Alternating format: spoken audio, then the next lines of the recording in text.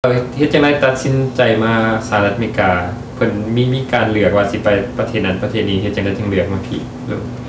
อันนี้ลุงสิเว้าความจริงให้ฟังหมายความว่าใน3ประเทศนี่ฝรั่งลุงก็สัมภาษณ์แคนาดาลุงก็สัมภาษณ์อเมริกานี่ลุงก็สัมภาษณ์หมายความว่าใน3ประเทศนี่ได้ไปประเทศได้ก่อนก็ไม่ไปแต่ก่อนเขาบ่หามเด้เพราะว่ายังออกอยากหนีจากศูนย์นั่นถึงก็มียุ่งยากหลายแนวแหละในศูนย์ก็ที่กันจะเว้าเฮาย่านเฮาย่านเรื่องเจ้าหน้าที่เพิ่นบางเถื่อเพิ่น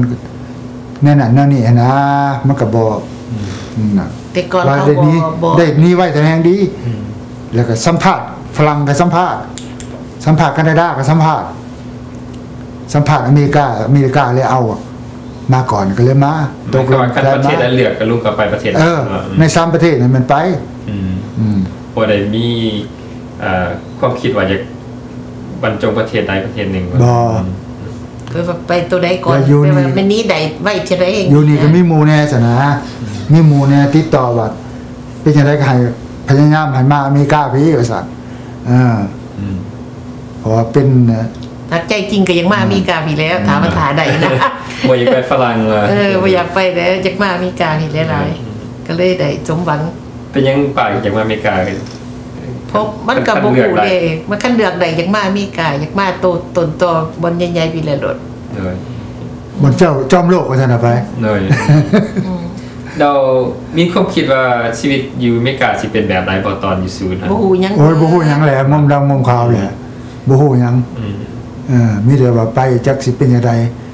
แต่คิดอยู่ว่ามันสิเป็นสถานการณ์อยู่อเมริกาเป็นแบบตอนอยู่ศูนย์น่ะตอนนั้นบ่แล้วบ่ได้คือบ่มีแต่พวกมาก่อนเขาเจ้าก็บ่ได้เว้าหยังให้ฟังนะก็บ่ได้เว้าความจริงมีแต่ตัดสินใจว่าจังได๋เฮาก็ต้องไปแหละไปใต้หน้าอเมริกากินข้าวจีเฮาสิกินข้าวจีคือกันบ่มีกะยาข้าวเหนียวข้าวเจ้านี่แบบจังซั่นเลยนะตัดสินใจแบบนั้นเลยต้องมาแล้วมหาอเมริกานั้นตกอยู่ไสก่อนตกอยู่เมืองอันนี้เลยลาตีแหละมินนิโซตานี่เลยบ่ได้ย้ายออกจากบ่ได้ย้ายไปทางไหนอันนี้ความรู้สึกจังได๋มหาพี่ทำอิฐมื้อทำอิฐนะก็มาเฮ็ดพี่เฮ็ดน้องนี่ได้เนาะไปรับก็มีแต่มาก่อนดิมีแต่พี่น้องมาก็มีแต่พี่น้องไปรับมาโอ้ม่วนซื่นกันหยังกันธรรมดาก็คือบ้านเฮาว่าซั่นไปเห็นหมู่เห็นกองแล้วก็ดีอกดีใจหมู่ก็ดีอกดีใจได้นี้จากอันนั้นบ่ทุกข์บ่ยากบ่ทุกข์ยากทางจิตทางใจทุกข์ยากทางกายว่าซั่นไปหมู่ก็ดีอกดีใจนำเฮามาเห็นหมู่เห็นกองก็ดีอกดีใจนำก็คือว่าภูมิใจเป็นจังได๋ก็ยาว่าได้มาฮอดพี่แล้วมาที่พิษก็ทุกข์ยากกันแล้วกันจะบอกก็ได้การเป็นอยู่กับขาดเคินได้มาเพราะว่า2คนเพิ่นซอยบ่หลายเด้คันพวกได้มีลูกมีเต้ามาเพิ่นซอยหลายเหลือยากบ่ยากแหละเสาเฮือนเสาซ่านก็เหลือจนหมู่กองมาก่อนกับผู้มีลูกมีเต้าก็มา 3-4 เดือนแล้วเขาเจ้าก็มีเงินซื้อรถซื้อหยังขี่อันนี้ก็มากอ่ะบ่นั่นแหละบ่มีหยังเลยหากแต่ว่าหมู่ย้อนพี่น้องบ่ปะบ่ทิมกันสิบอกตัวเฮาเองนะฮะเงินสิซื้อสแตมป์มาติดหนังสือฝากให้พี่น้องเผยหูข่าวนำยังยากแล้วคิดจังได๋มาฮอดพี่แล้วดินฟ้าอากาศอาหารการกินเนี่ยมันคิดว่าคิดถึงบ่เทื่อทำอีตอนมาอยู่มาเดือนทำอีดีว่าเดือนที่2นี่โอ้เดือนทำอียังงงบ่ยังอุกใจหลายคิดว่าตัดสินใจถือว่ามาย้ายจากประเทศลาวมาฮอดพี่แล้วก็คือว่าตัดสินใจถือก็ดีใจอยู่ที่ว่าเฮามาฮอดชีวิตเฮายังแต่ว่าอนาคตข้างหน้าเฮาสิเป็นจังได๋ยังบ่ฮู้เพราะว่ามาแล้วก็การช่วยเหลือก็พอได้กินบ่ตายนะแล้วก็เวียกงานเฮาก็บ่ทันได้เฮ็ดจนระยะปีนึงเฮาได้ไปเข้าโรงเรียนปีนึงแล้วก็ได้เฮ็ดงานแต่จากหันมาเฮาก็จังว่าการเป็นอยู่เฮาก็จังว่าค่อยดีขึ้นได้เฮ็ดเวียกเหตุการณ์หยังเนาะตอนมาบ่ตอนทำอิฐแล้วก็ว่าอินเวอร์แฟร์หลังจากการเฮ็ดเวียกต่อบ่กินบุฟเฟ่บ่ฮอดบ่งปีนึงนี่นะบ่ทันฮอดซ้ำนั่นแหละก็เขาโรงเรียนนำตอนนั้นก็กินเงินเพิ่นเลี้ยงนำหลังจากหันก็หางานได้ก็ไปเฮ็ดงาน แล้วสมัยตอนนั้นกับคนลาวเขาก็มาอยู่หลายในที่เลย หลายพี่น้องก็มีหลายมาก่อนเลย แล้วเป็นยังไงสมัคคีกันดีบ่สังค ดี ม แล้ว เรา บ่ก็ดีเขาดีหลายแต่เขามาใหม่เขาเจ้าได้อีหยังเขาเจ้าก็เอามาส่งได้ปูได้ปลาเขาเจ้าก็เอามาส่งสิไปบันเนื้อบันไตพวกเขาเจ้ามีรถเขาก็โทรมาสิไปบ่ตลาดตะเลหมู่ก็มาช่วยเอาไปจะนะ แบบให้เป็นสปอนเซอร์เนาะ บ่มีแต่สมาคมอยู่ SCC เอามาบ่มีสปอนเซอร์ ก็มีสปอนเซอร์ มาโดยตัวเองเลยมาโดยเท่านั้นแหละตัวเห็นแต่สมา มี ค ส ม ปอนเซอร์พี่น้องอันนี้ครับเกิดอันนี้เป็นสปอนเซอร์เขาห้องแปงซิโปสปอนเซอร์พี่น้องก็ได้เองนั่นแหละ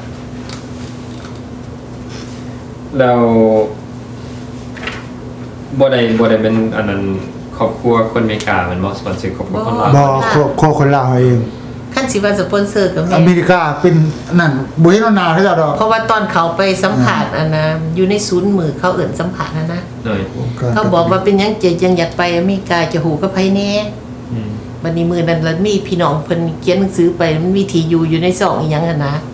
เลยเอาให้เขาเบิ่งว่าคนมีพี่น้องอยู่นี้นี่ซื้อแล้วที่อยู่แล้วนี้ แต่ก็ลุงป้าก็ได้ไปโบสถ์ไปเชิญบ่ต้องมาทำอีกเดียวใช่ไหม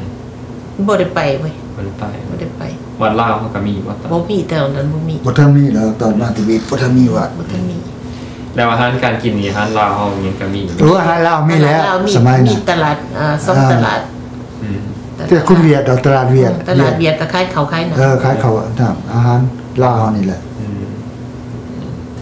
การชีวิตการเป็นอยู่ก็คือสิโอเคเนาะเพราะว่ามัน น้อย ลาว คน หน่อยคน ลาวเนี่ยก็ แล้วก็พี่น้องหลาย จนพี่แล้วเฮาได้ทำงานแหละก็จังอยู่สบายจังสบายมีงานทำเนาะก็ใครแน่ แล้วภาษาอังกฤษนี่ก็ทั้งลุงป้าก็พอเว้าได้อีกบ่ตอนมาครับนั้น ก็พอได้เรียนน้อยพอ เขาโรงเรียนนำดี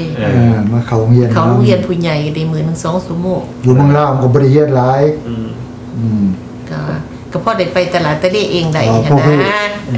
ฮู้จักสั่นไปบ่ถึงขั้นว่าเป็นคนปากเกอหูหนวกเลยแล้วคนอเมริกาทั่วๆไปได้อันนั้นมีความรู้สึกกับเขาจังไดตอนมาทมิตนั่นก็เขาก็ดีบ่เขาซอยเหลือแบบใดนะตอนมาทมิตนั้นคือว่าสังคมอเมริกาทั่วๆไป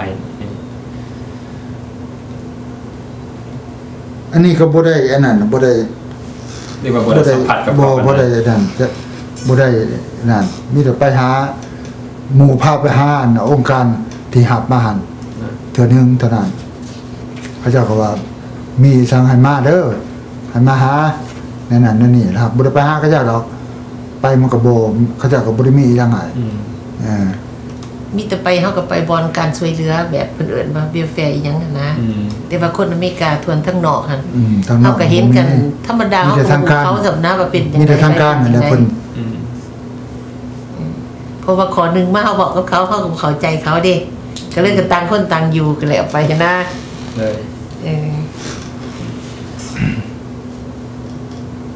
แล้วรู้สึกว่าคือฮอดบ้านอยู่บ่ตอนคือแต่ว่าคือถอดคู่มือได้คือถอดบ้านนะคือถอดยังแน่หลายที่สุดคือถอดพี่ถอดน้องคือถอดบอลเคยอยู่เคยกินเนาะแน่คือเบิดซุแนวดินดอนน้ำในก็คือเทสเมื่อก่อนสินอนนี่ทุกมื้อคือเทสเมื่อบอลเฮาเคยไปนะก็เป็นธรรมดาผู้บ่ทันมาก็มีเด้ผู้อายน้องเฮาบ่ทันมาอยู่พุ่นก็ยังมีเดี๋ยวนี้มีไผแน่อยู่ลาวยังบ่ทันมาเด้ยังอายผู้นึงกับเอื้อยผู้นึงเพิ่นเฒ่าแล้วเพิ่นบ่มาดอกอายุ70-80แล้ว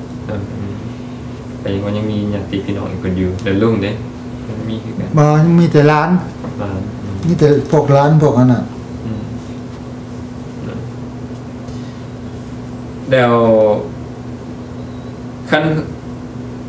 เปรียบเทียบสหรัฐอเมริกากับประเทศลาวนี่มันคันเลือกได้ว่าซั่นซะสิจะกลับไปบ่ลาวไปอยู่อีกบ่ปัจจุบันว่าคันสภาพการบ้านเมืองหักบ่เข่งขัดอุปมาบ่จำแนกว่าเป็นคนเก่าคนใหม่ มันก็ส่วนใหญ่มันคนมันก็อย่างเมื่ออยู่พุ่นนั่นแหละเฒ่าโอไปแล้วคือว่าสิ เมืองนอนเนาะ บ้านเกิดเมืองนอน แต่ว่าคนทางนั้นที่เขาจะบ่ฮับว่าเขาเป็นคนทางนั้น ตอนนั้นสิไปบ่ได้ หลายคนเมื่อก็กลับคืนมาเด้ส่วนใหญ่ก็ดีเมื่อยามบ้านบ่ได้มาอยู่บ่พวกอยากเมื่ออยู่เมื่อยังนั่นแหละก็กลับคืนมาก็หลายๆเหตุผลเป็นหยังจังกลับมาคือก็โอ้มันก็หลายแนวแล้วคนไปขายเนี่ยเฮาคนเก่า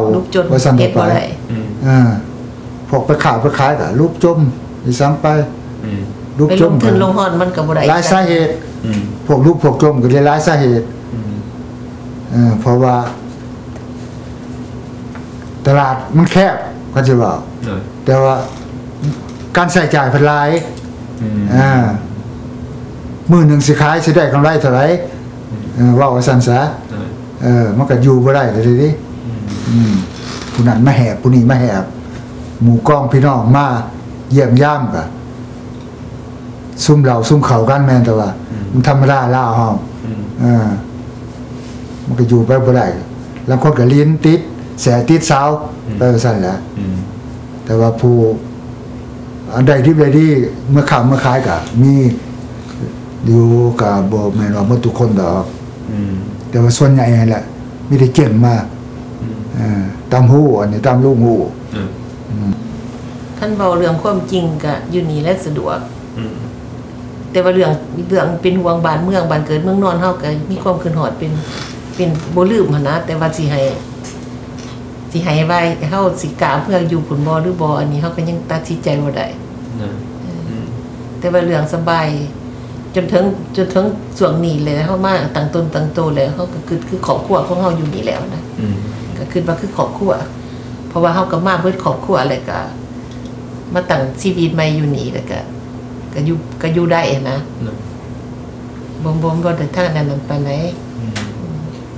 แต่ว่าสิว่าให้ลืมบ้านตัวเองก็บ่ลืมดอกก็คือถอดอยู่มีเวลาก็สิ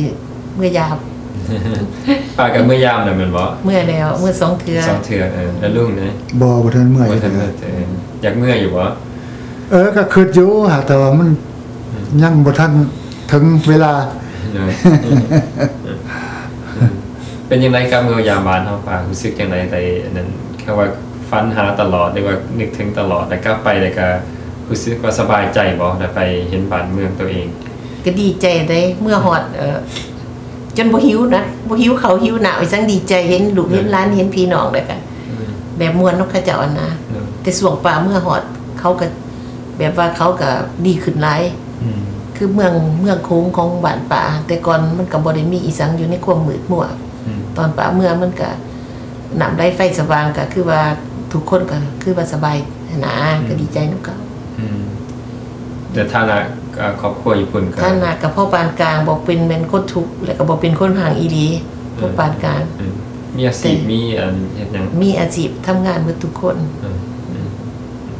แต่ว่าบ่เป็นคนห่างแต่ก็บ่ได้จนนะก็พอได้กินได้อยู่เท่านั้น